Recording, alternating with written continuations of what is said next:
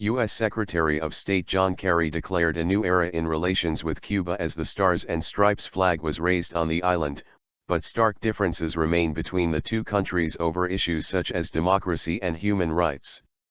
Kerry led a ceremony to raise the U.S. flag over the newly reopened American embassy on Friday, becoming the first U.S. top diplomat to visit Cuba in 70 years.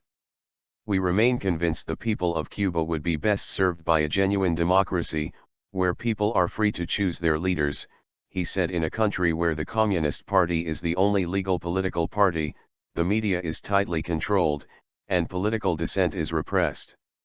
We will continue to urge the Cuban government to fulfill its obligations under UN and inter-American human rights covenants, obligations shared by the United States and every other country in the Americas," Kerry said. Guantanamo issue.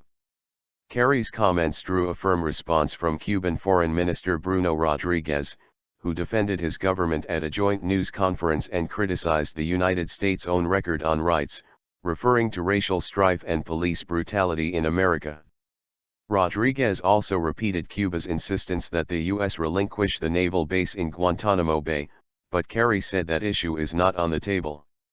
"Cuba is not a place where there are acts of racial discrimination or police brutality that result in deaths, nor is it under Cuban jurisdiction the territory where people are tortured or held in a legal limbo," Rodriguez said.